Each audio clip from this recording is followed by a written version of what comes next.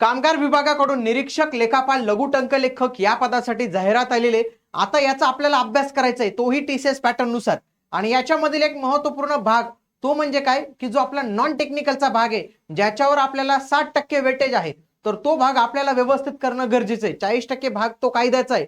जेव्हा आपल्याला कायद्यांची यादी येईल तेव्हा आपल्याला कळणारच आहे. परंतु आता आपल्याकडे जे 4 विषय तर त्यांची कशा पद्धतीने तयारी केली पाहिजे, त्याच्यामध्ये कोणते टॉपिक अभ्यासले पाहिजे, कोणते घटक अभ्यासले पाहिजे, कोणते विषयांमधील विषय अभ्यासले पाहिजे, अशा सर्व काही गोष्टींविषयी माहिती देणारी पीडीएफ मी तुमच्यासाठी तयार केलेली, ती मी तुम्हाला आज डिटेलमध्ये एक्सप्लेन करतो. सोबतच या पीडीएफची तुम्हाला लिंक पण शेअर करतो. कमेंटमध्ये मला फक्त तुम्ही लिंक जे आहे तर ते टाईप करून पाठवा. आणि तुम्हाला लिंक कुठे उपलब्ध होईल तर तुम्हाला व्हिडिओच्या हे जे कमेंट बॉक्स असतात तर इथं हे मी पीडीएफ ची लिंक देतो, तिथं तुम्हाला या पीडीएफ ची लिंक जी आहे तर ती मिळून जाणार आहे.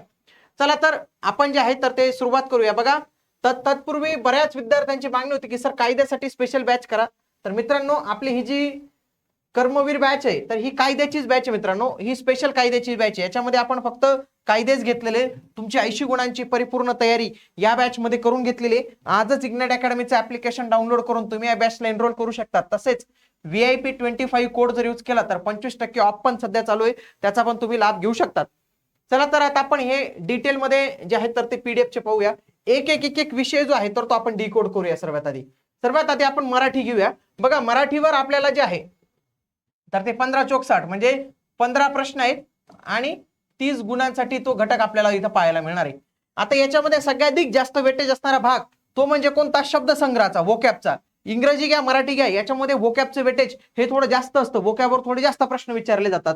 ओके, आता वोकॅब मध्ये कोणते कोणते घटक आपल्याला करायचे बघा. प्रश्न येतात समानार्थी शब्दावर, विरुद्धार्थी शब्द, वाक्प्रचार, म्हणी, शब्द समूहाबद्दल एक शब्द, शुद्ध व अशुद्ध शब्द, अलंकारिक शब्द आणि त्यांचे अर्थ आणि ध्वनिदर्शक शब्द. आता हे जे टॉपिक आहे तर हेच एवढे व्यवस्थित पद्धतीने करायचं आहे. ओके, तर याच्यावरच आपल्याला पुन्हा पुन्हा प्रश्न विचारले जातात आणि याचा भर जास्त असतो टीसीएसचा. आता पुढचा जो व्याकरणाचा भाग आहे तर व्याकरणामध्ये काय सगळं आपल्याला करायचं नाही, इम्पॉर्टंट करायचंय. त्याच्यामध्ये प्रयोग सगळ्यात नंबर 1 प्रायोरिटीला ठेवा. हा सर्वात महत्वाचा टॉपिक आहे. कर्तरी, कर्मणी, भावे, प्रयोग ओळखणे, अशा पद्धतीचे प्रश्न या प्रयोगामध्ये विचारले जातात. पुढचाही समास, समासावर प्रश्न येतात. अव्यय भाव, तत्पुरुष, द्वंद्व, बहुव्रीही समास ओळखणे. काळ आणि काळाचे प्रकार खूप कमी ठिकाणी असतो पण हा प्रश्न पण येऊ शकतो. हा लिंग आणि वचन विचार हा असतो. वाक्यांचे प्रकार याच्यावर प्रश्न, विरामचिन्ह याच्यावर प्रश्न, विभक्ती आणि सामान्य रूप हे पण कधी विचारलं तर विचारतात. शब्दांच्या जाती, आता हे यांच्यावर आलेच प्रश्न असते. बघा, इथं जो क्रम दिलेला आहे ना तर तो अशा पद्धतीने मी अरेंज करून दिलेला आहे की जे सगळ्यात जास्त इम्पॉर्टंट आहे ते मी वरती ठेवलेले. जसं की प्रयोग, समास याच्यावर प्रश्न येतातच तर ते आपण करून ठेवलेले. पुढचा जो भाग आहे तर तो कधी कधी पुस्तकं आणि लेखक, मराठीमधले जे पुस्तकं आणि लेखक आहेत तर त्यांच्यावर प्रश्न येतात. काही वेळेला येतात टीसीएसला, काही वेळेला येत नाही. तर असा हा पॅटर्न दिसलेला आहे. तरी पण जर आपल्याला चांगला अभ्यास करायचा असेल तर आपण हे पुस्तकं, लेखक, कादंबऱ्या, नाटककार, मराठी साहित्यिकांची टोपण नावे हे महत्वाचं आहे. आपल्याला हे जे आहे तर ते करून घ्यायचंय कारण की त्याच्यावर प्रश्न येतो आपल्याला. पुढचा जो भाग आहे ना तो म्हणजे पॅसेजचा भाग आहे मित्रांनो. पॅसेजवर 3 ते 5 प्रश्न येतात. आता यालाच मुळात 15 प्रश्न आहे म्हणून याला 3च्या वरती शक्यतोवर प्रश्न येणार नाही. शक्यतोवर कधी कधी पॅसेज येत पण नाही जर प्रश्नांची संख्या कमी असेल तर. ओके, हा वाक्यरचना याच्यावर प्रश्न येऊन लागतात. मग वाक्य दिलेलं असतं, तोडून मोडून विस्कळीत करून दिलेलं असतं आणि ते आपल्याला पूर्ण प्रॉपर मराठीमध्ये अरेंज करायला लावतं. त्याच्यानंतर चुकीचा भाग ओळखणे, वाक्यांमधील ते अशा पद्धतीचे प्रश्न असतात. आता याच्यामध्ये आपल्याला काळजी काय घ्यायची हे पण मी तुम्हाला दिले बघ. वृत्त, अलंकार, विभक्ती, अतिसखोल नियम, टीसीएस सहसा याच्यावर प्रश्न विचारत नाही, त्यामुळे सुरुवातीला याच्यावर जास्त वेळ द्यायचा नाही आणि मागचे पीवायक्यू सोडवायचे, हे एवढं लक्षात ठेवायचं. त्याच्यानंतर इंग्रजीचा जो भाग आहे, इंग्रजीमध्ये पण मी तुम्हाला सांगेल की वोकॅबला तुम्ही जास्त महत्व दिलं पाहिजे. 40 ते 50% प्रश्न हे वोकॅबवरच असतात. बघा, synonyms, antonyms, idiom phrases, one word substitution आणि स्पेलिंग एरर, तर यांच्यावर आपल्याला प्रश्न जे आहेत तर ते पाहायला मिळतात. आता व्याकरणावर जर पाहिलं तर व्याकरणावर सगळ्यात आधी स्पॉट द एरर हा प्रश्न येतो. परंतु तो एरर शोधण्यासाठी आपल्याला सब्जेक्ट वर अग्रीमेंट, टेन्स, आर्टिकल्स, प्रिपोजिशन हे माहिती पाहिजे. कधी कधी डायरेक्ट आर्टिकल्सवर प्रश्न येतो. आर्टिकल हे त्याच्यासाठी इम्पॉर्टंट आहे मित्रांनो, त्याच्यावर आर्टिकल्सवर प्रश्न आपल्याला दिसतोच.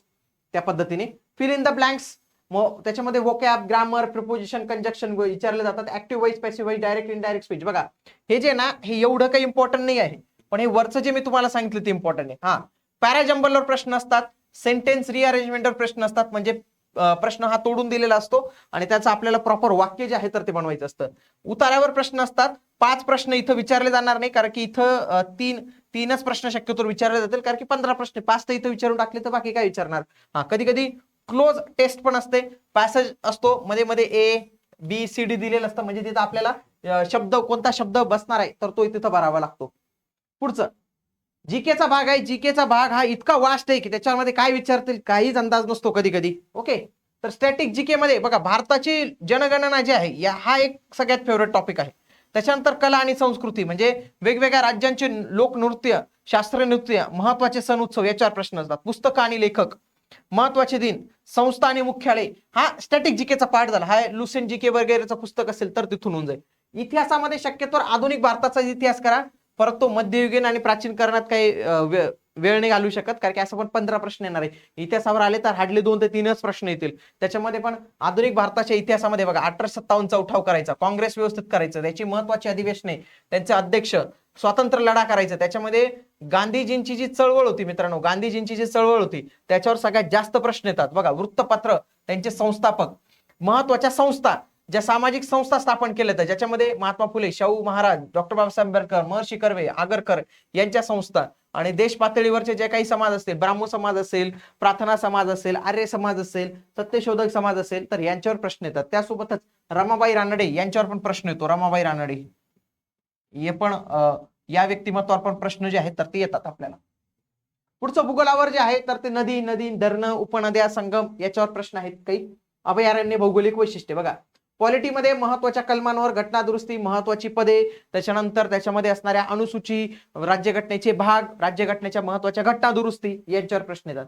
चालू घडामोडी शक्यतो मागील 6 ते 8 महिन्याच्याच केल्या पाहिजेत, त्याच्यापेक्षा जास्त करण्यात अर्थ नाही. क्रीडा घडामोडीवर प्रश्न असतो तो करायचा, पुरस्कारांवर असतो, योजना आणि नियुक्ती, हे जे काही घटक आहेत नॅशनल इंटरनॅशनल न्यूज करायचे. आता काही वेळेला काय होतं की विज्ञानावर भर दिला जातो, काही वेळेला विज्ञानावर भरच दिला जात नाही. विज्ञानावर जर प्रश्न आले तर सगळ्यात आधी करायचं विटॅमिन्स करायचं मित्रांनो. विटॅमिन्सवरच त्यांचे प्रश्न येतात किंवा फिजिक्सचे SI युनिटवर येतात, आजारांवर प्रश्न येतात. अर्थशास्त्रावर पण कमी असतात. अर्थशास्त्रावर आला तर बजेटवर आला तर आला, बजेटवर आला तर आला, पंचवार्षिक योजना, रिझर्व्ह बँक ऑफ इंडिया, असेच काही प्रश्न आपल्याला पाहायला मिळतात. पुढचं जे आहे, पुढचा जो टॉपिक आहे तो म्हणजे रिझनिंगचा टॉपिक आहे. बघा रिझनिंग मध्ये आपल्याला सगळ्यात जास्त जे हाय वेटेज आहे तर ते नंबर सिरीजला असतं, किंवा alphabet series, alpha numerical series, coding decoding, mathematical operation, BODMAS, यांना सगळ्यात जास्त वेटेज असतं. कधी कधी यांच्यावरच पूर्ण पेपर जो आहे तर तो संपून जातो, बाकींना वेळच भेटत नाही. बाकी मग हे नातेसंबंध, बैठक व्यवस्था. बघा बैठक व्यवस्था, सिलॉगिझम, नातेसंबंध, दिशा डायरेक्शन हे पण महत्वाचे आहेत, यांच्यावर पण आपल्याला प्रश्न पाहायला मिळतोच. आकृत्यांवर कधी कधी येतो, कधी नाही येत, हा एक फरक पडतोच आपल्याला. पुढचं अंकगणित यांनी विषय दिलेला आहे मित्रांनो, ऍप्टिट्यूड हा विषय दिलेला आहे, जीके मध्ये टाकून दिलेला, पण माझ्या अंदाजे तो त्यांचा वरतीच ठेवायचा असेल. बघा त्याच्यामध्ये बघा पर्सेंटेजवर, profit loss, simple interest, compound interest, time and work, pipe and cistern, time work distance, problem on train, boat and stream यांच्यावर प्रश्न आपल्याला पाहायला मिळतात. त्याच्यानंतर बघा number system, LCM, BODMAS, fraction, average, ratio proportion, problem of ages, partnership, mixture allegation.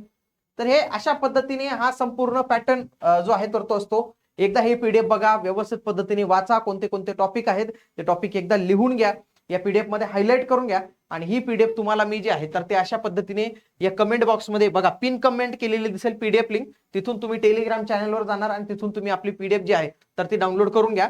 आणि लक्षात घ्या मित्रांनो, याची जी आहे तर ती सेपरेट आपली बॅच आहे, कायद्याची कर्मवीर कायदे बॅच, तर ती पण तुम्ही जॉईन करू शकतात. बऱ्याच विद्यार्थ्यांनी जॉईन केलेले लाईव्ह लेक्चर्स त्याचे सुरू झालेले आहेत. भरपूर कायदे आता चांगल्या पद्धतीने चालू आहे. सध्या लेबर कोड चालू आहे, लगेच त्याच्यानंतर फॅक्टरी ऍक्ट वगैरे बाकीचे ऍक्ट पण लवकर सुरू होणार आहेत. भेटूया पुढील व्हिडिओमध्ये, तोपर्यंत जय हिंद, जय महाराष्ट्र, धन्यवाद.